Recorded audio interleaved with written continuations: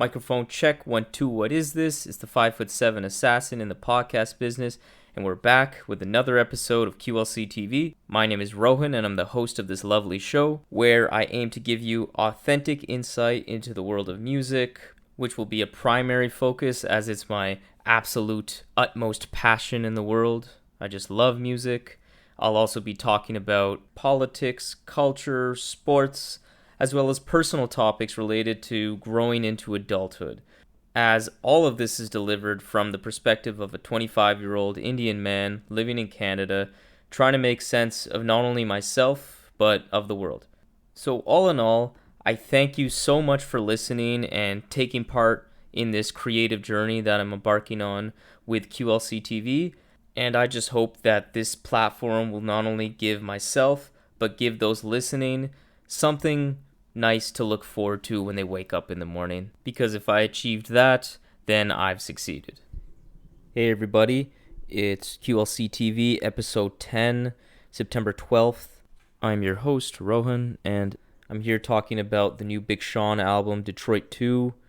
SZA's back with finally a new single and looks like a new project, so I'll be discussing the track with Ty Dolla Hit Different. And then I'll wrap it up by talking about an artist that I'm really big fan of, Sadistik. He had a nice EP that I'm going to quickly touch on at the end of this. So, starting with this Big Sean album, honestly, I thought this would be probably my first critical full-length review of something that I've reviewed on the podcast. You know, Big Sean is a Detroit rapper. He signed to Good Music and was most notably taken under Kanye's wing as his protege, I guess you could say, and was signed by him based off of a radio freestyle in, I think, 2008. So Big Sean's been around the rap game for quite a while. He signed with Good Music, I believe, in 2009. Early on in his career, Big Sean was known for being the most notable pioneer of that hashtag flow. Now, for those that don't know what the hashtag flow is, that's basically where you say you replace the like or as in a simile statement where you're like, I am as hot as fire, and you just replace that like or as word with a pause. So I'm hot, fire. You know, that's something you could say. And yeah, he was one of the notable pioneers for that, although there's a lot of kind of misleading messaging out there. Kanye even said that he started that on Barry Bonds off Graduation, where he said, here's another hit, Barry Bonds, which is an example of hashtag rap off of his 2007 track with Lil Wayne. And then there's other people way earlier, Ludacris, and there's a lot of other people that are supposedly pioneers of that flow, but nonetheless, I think Big Sean was one of the most notable people to use it so frequently off of his 2009 mixtape, Finally Famous. And so being this notable pioneer in the modern game, obviously Drake had to bite his style and used it on Forever, that big posse cut with Eminem, Kanye, and others. And that caused some initial friction between them, but that was something he was known for. He was also known for Kanye always vouching for him early in his career, which always, personally, as a big fan of Kanye, always made me give him more chances and think, okay, there must be some real potential here. There must be something that's here that I'm missing that I need to keep listening to find. Sean has always been a rapper that, I have to give him credit, has always had a good knack for songwriting, beat selection, and he has a pretty versatile flow. He can go.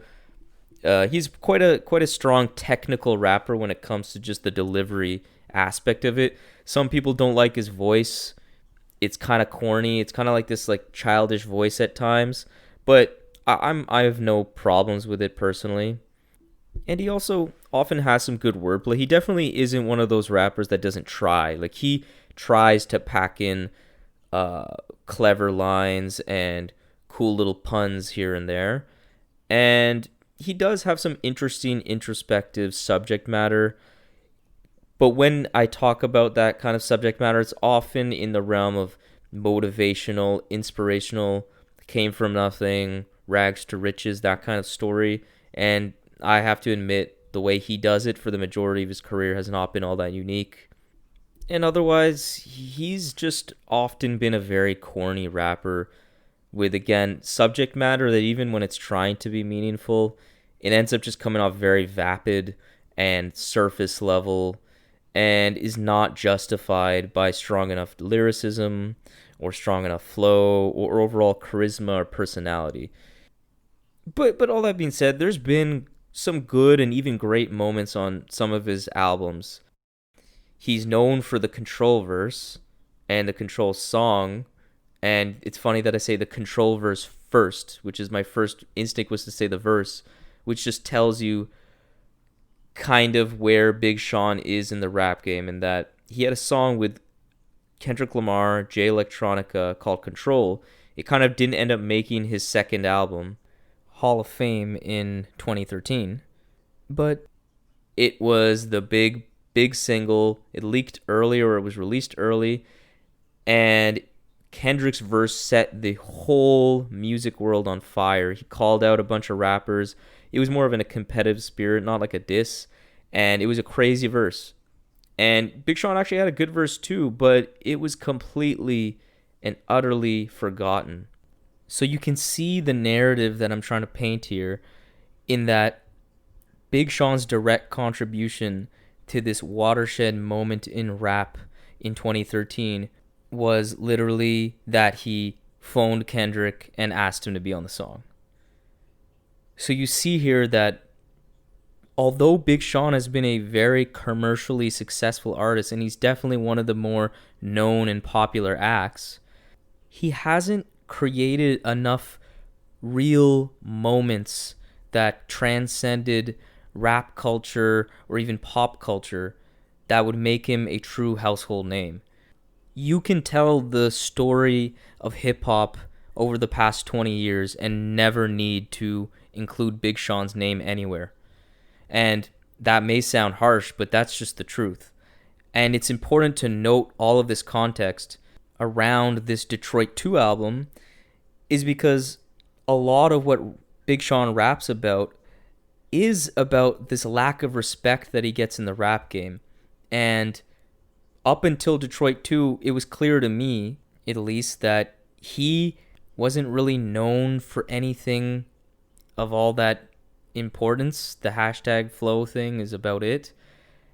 And he doesn't have the quality, full bodies of work that you can really appreciate front to back, or doesn't have the memorable moments that stole the headlines and got people talking about what he did or his music. And this is all important to note because he demands this respect, and he often proclaims that he doesn't get enough of it. And Detroit 2 in a lot of ways was billed as this project that would solidify his place in the game. Because Detroit 2 felt different to me.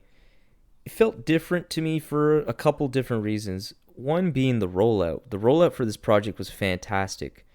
It was led with some great visuals, strong singles, and did it in a very smart 2020 approach, I guess you could say, where he released 2 full singles, Deep Reverence and Harder Than My Demons, and then also had these nice teaser trailers that were released with other visuals that were all released to the public within a 2-week span. So he really ensured to build the hype very quickly and didn't let any of the momentum die before the actual release of the album Detroit 2. And overall, it just came off very high budget, as if a lot of care was put into it. I liked the visuals. I liked the songs. I thought Deep Reverence was a good track, and same with Harder Than My Demons.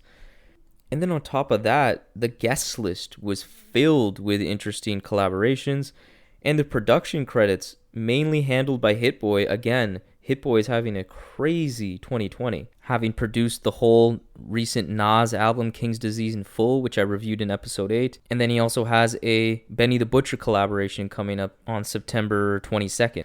So he was all over this project. He executive produced it.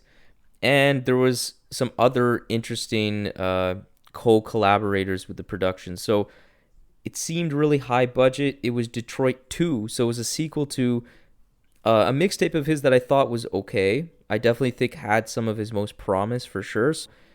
And it's his hometown. I thought there'd be an extra level of introspection or importance that he'd put on this project. So yeah, what did we hear when I actually listened to Detroit 2? Well, I think it definitely starts off strong. The intro track is pretty solid, but then Lucky Me is a real standout. It starts off with this nice kind of jazzy kind of beat where he recounts different things that have happened to his life that were sarcastically made him very lucky, but also seriously made him very lucky. And it was some personal moments where he talked about some heart condition he used to have when he was younger that I had no idea about. And then there was some other lines that actually made me laugh genuinely, like this line where he says something along the lines of, when the girl of your dreams gets canceled and you have to delete all the pictures you saved of her on Instagram. It was a funny line. And then there's this really nice beat switch, some nice vocal, super climactic, and then it kind of comes to this more like trappy banger type beat. It was a really solid start to this album. Then it gets to Deep Reverence with Nipsey Hussle. This was probably Big Sean's best lyrical song I've heard in maybe his whole career. Nipsey drops a really good verse, very consistent. Again, super sad that he passed away, because I was starting to really see what others were seeing with Nipsey, being such a capable rapper and such an inspiring story. And for those that don't know, Nipsey Hussle, he was a West Coast rapper who very similar in a lot of ways to Mock Homie, a rapper that I reviewed his project a couple episodes ago, where he sold his albums for very expensive prices and distributed his music in a really unique way that garnered a lot of criticism, but then a lot of credit later on. Who was also really starting to gain mainstream success. And then he passed away in 2018. It was incredibly sad. He just got shot randomly. There was really no reason for it. So yeah, Big Sean having him on his record is pretty significant. So RIP to him, but nonetheless, Sean delivered a really good verse. He opens up about his battles with depression in a really interesting way. And again, in a way that actually was interesting, actually was captivating and meaningful. It wasn't very vague. He talked about different kinds of things he does, like he meditates often and says that, do the people that hate him all the time that don't even know him know that he's dealing with this? It was a nice kind of perspective he gave to to his whole mind state, all delivered again with really solid bars and wordplay, which was definitely seen as a marked improvement for me, at least, because Sean historically for me has often showed off wordplay, and as I mentioned earlier, tends to really try to give that uber wordplay in everything that he drops, but he often just leaves me thinking, like, why would you say it like that? That was such an unnecessary pun, such an unnecessary simile. I was never a fan of the hashtag flow or hashtag rap, so that never really connected with me either. But on this project, he limits that and actually incorporates wordplay that adds to the sentiment of what he's saying and actually makes sense for the most part. You know, there's a line on here where he says, on Zen the Fuck Out, he says, if we don't have the same vision, then we can't exchange contacts. So it's not just a simplistic, meaningless vision, eye contacts angle here.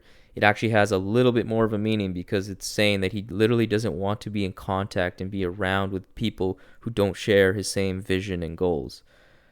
It actually has a point to it versus just inserting random wordplay and puns that just distract, and which is something that he does much less here on this project, which was definitely very welcomed.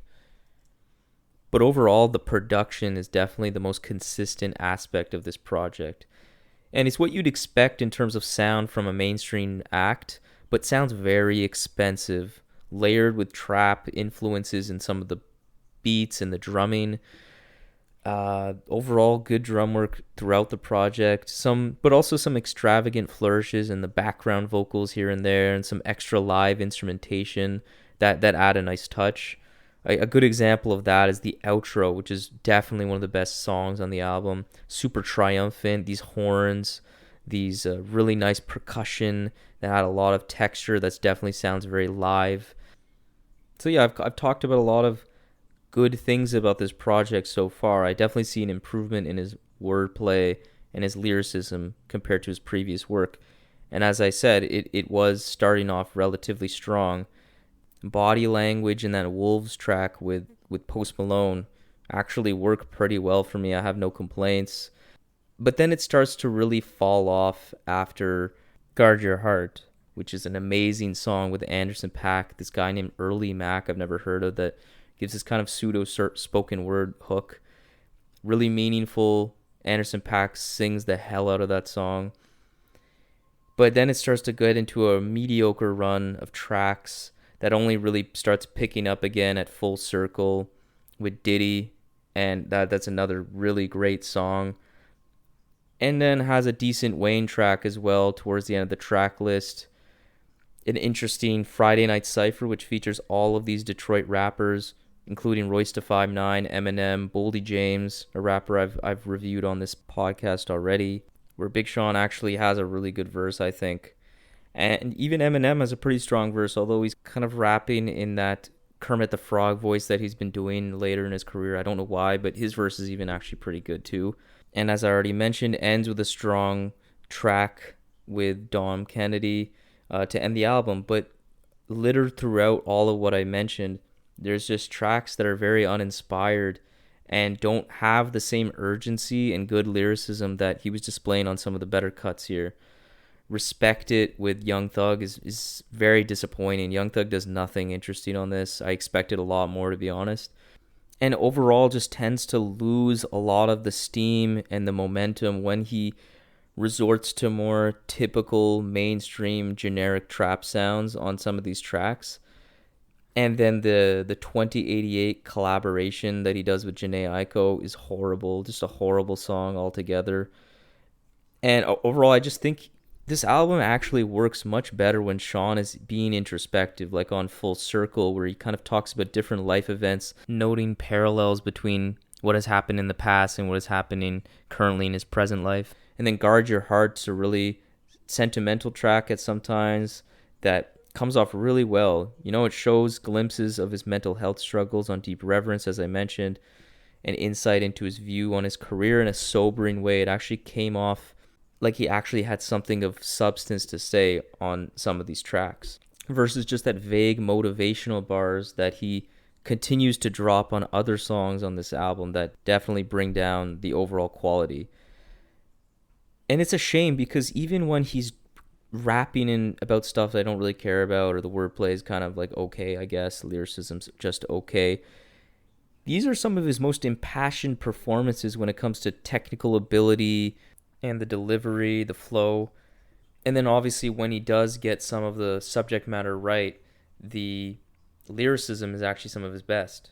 But still, this album just fails because of the filler. There's 21 songs. The album is quite long.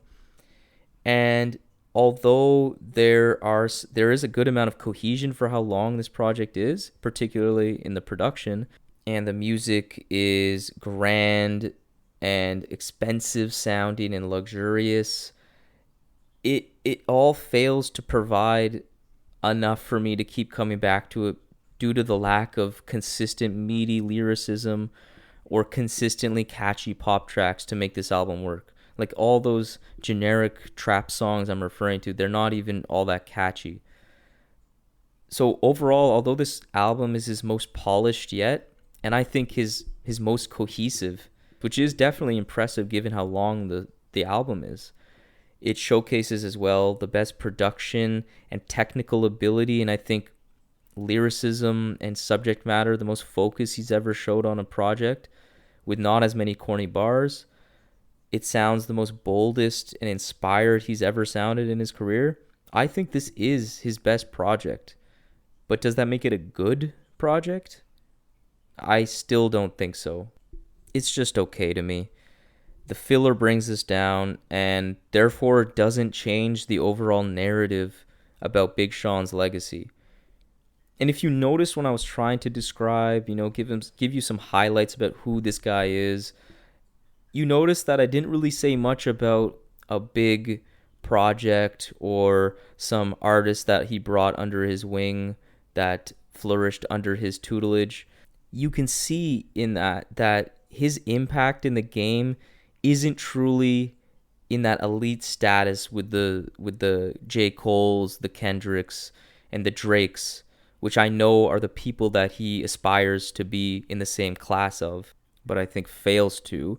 Because unlike the elites in the game, Sean has no notable artists that came up in the game under his wing, no notable influence on the genre, other than creating some big singles and definitely some commercially successful albums, but nothing critically acclaimed, nothing that people would even think about calling a classic.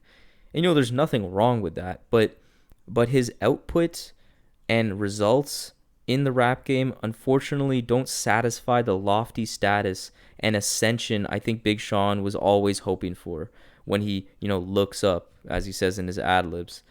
And this album doesn't do enough to redefine his place in the rap game. So those are my thoughts on the new Big Sean. Still a solid, okay project. I'd give it a 6.5 on 10. I think it's his best project yet.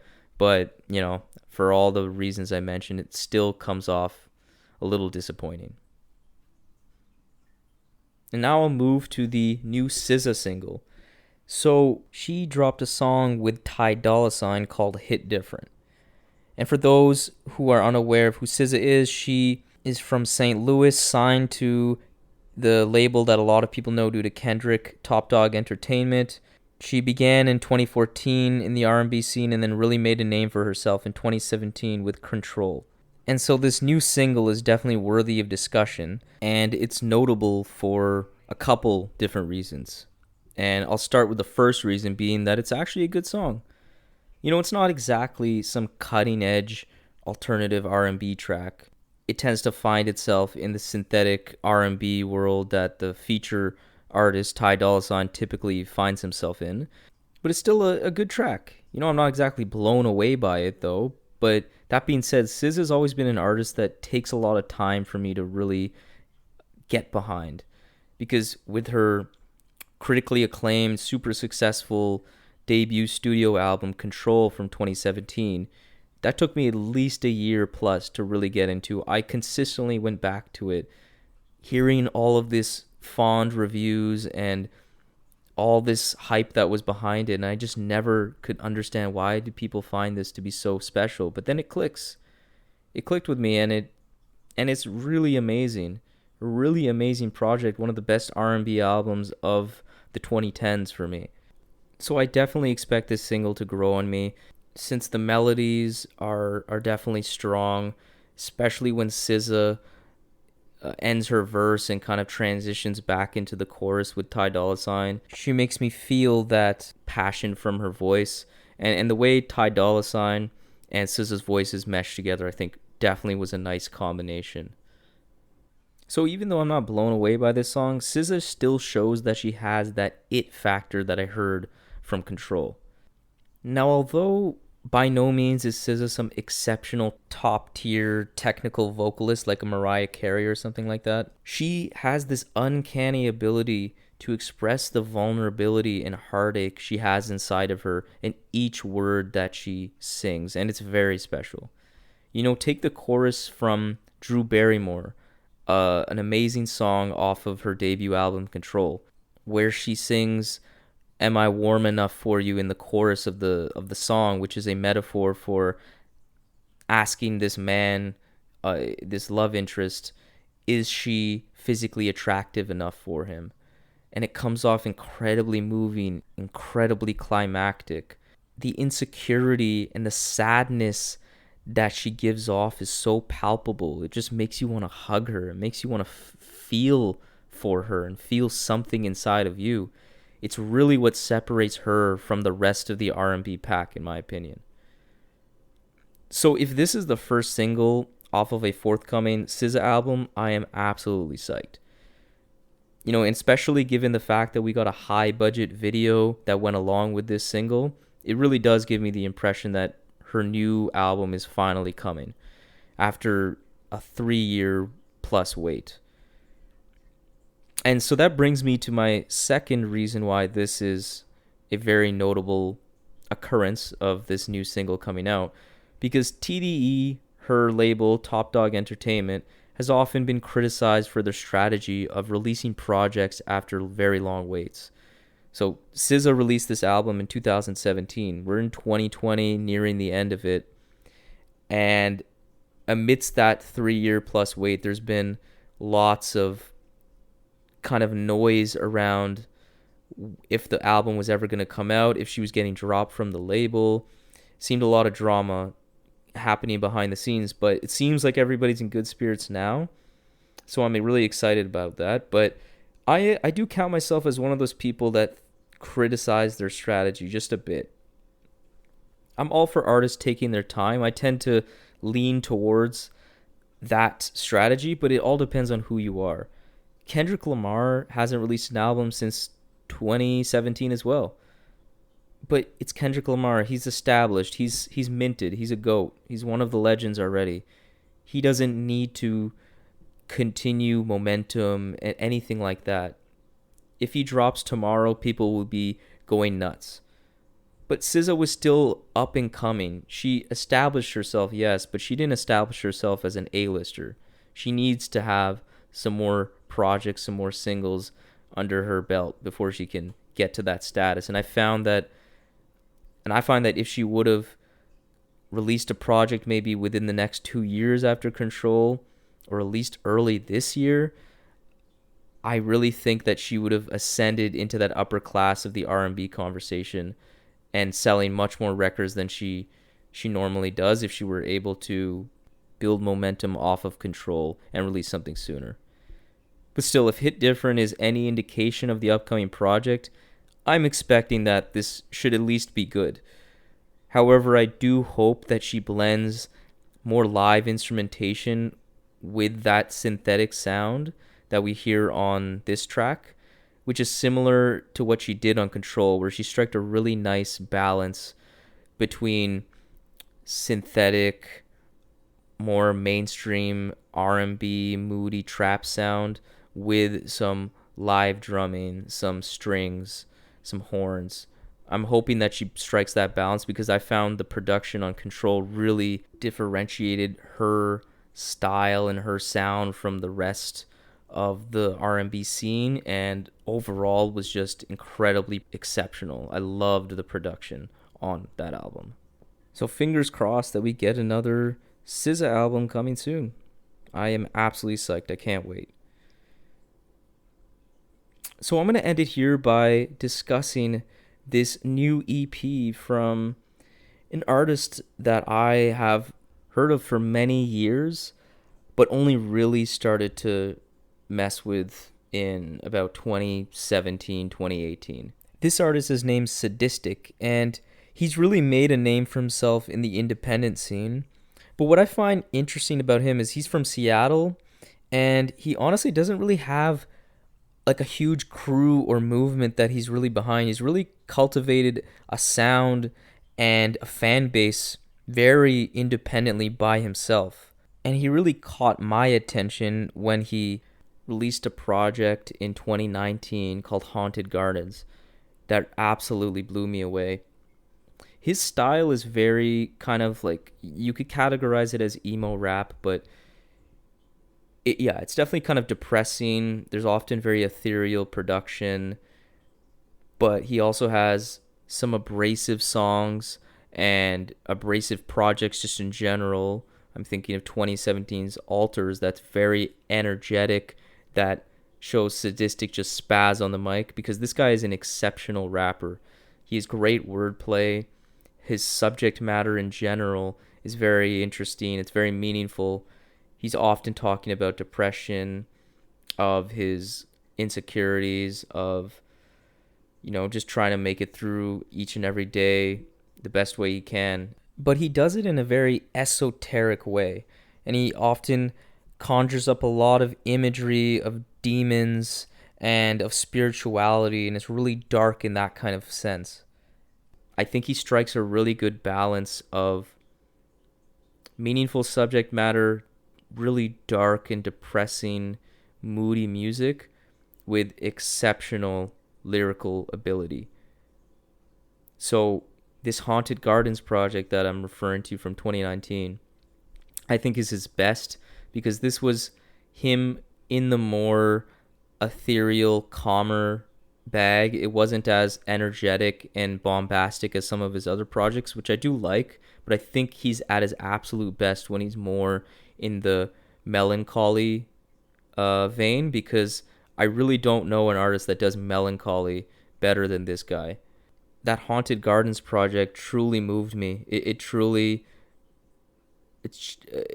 just like brings you into this state of mind that I rarely encountered through any kind of music I've listened to, where it really just brings you down, really makes you feel very emotional, very heavy. It's very sobering, and I mean these all in positive ways. But I will admit that it's quite an acquired taste, particularly with the subject matter being so heavy and on the nose. It can be a little much for some people, and that's further accentuated by his voice, which is very downtrodden, zombie-like. Although it's not really necessarily monotone, it's just very expressive in the sadness through his voice, and it's also just the tone of his voice that further makes his music sound so morbid and zombie-like due to the vocal tone and the inflection of his voice. And it was off-putting for me at first, but that being said, he knows how to somehow manage to balance that very weighty effect that his voice has and the subject matter he has with really good wordplay and clever rhyme schemes that make the weight a little more bearable and even fun at times. So this EP I want to discuss, Elysium, it's more in line with that kind of sound that he displayed on Haunted Gardens, which is definitely a plus for me.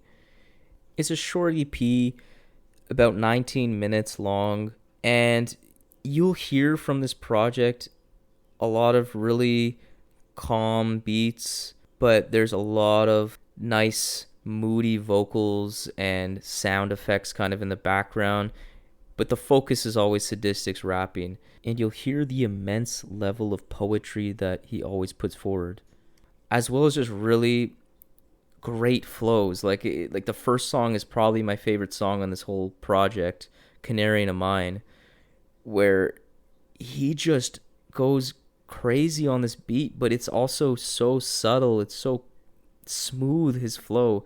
He really has refined his style over the years and really is one of the best technical rappers that is out there in the game right now. He even has a feature from Mick Jenkins. Mick Jenkins is a Chicago rapper, really got big in 2014 off of his mixtape The Waters, and has had a steady career so far. Definitely one of my favorite young lyricists, but he's never been able to really meet up to the potential that I see in him just yet, but he's definitely someone you should keep an eye on. And so he's featured on track 5 off this project that I found was really interesting. I didn't expect that collab at all, but clearly they're fans of each other, so that's really cool.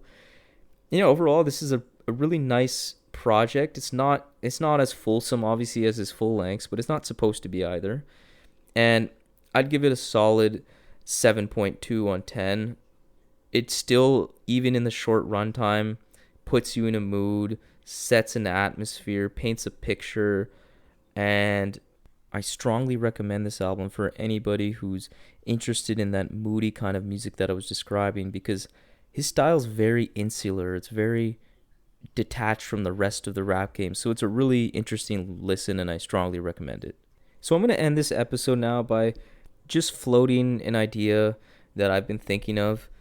I'm thinking for some kind of major projects, I'm thinking I want to consider doing like a live reaction to some project and record it and then release it as an episode of this podcast.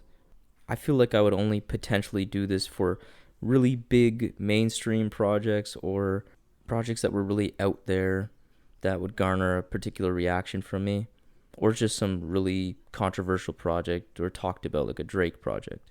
I'm not fully sure if I'm on board with it yet. I've never done a reaction, but I always love those reaction videos on YouTube. And I don't know how exciting it'll be without the video, but that's just something I'm thinking about, I'm mulling over, and I just wanted to put that out there.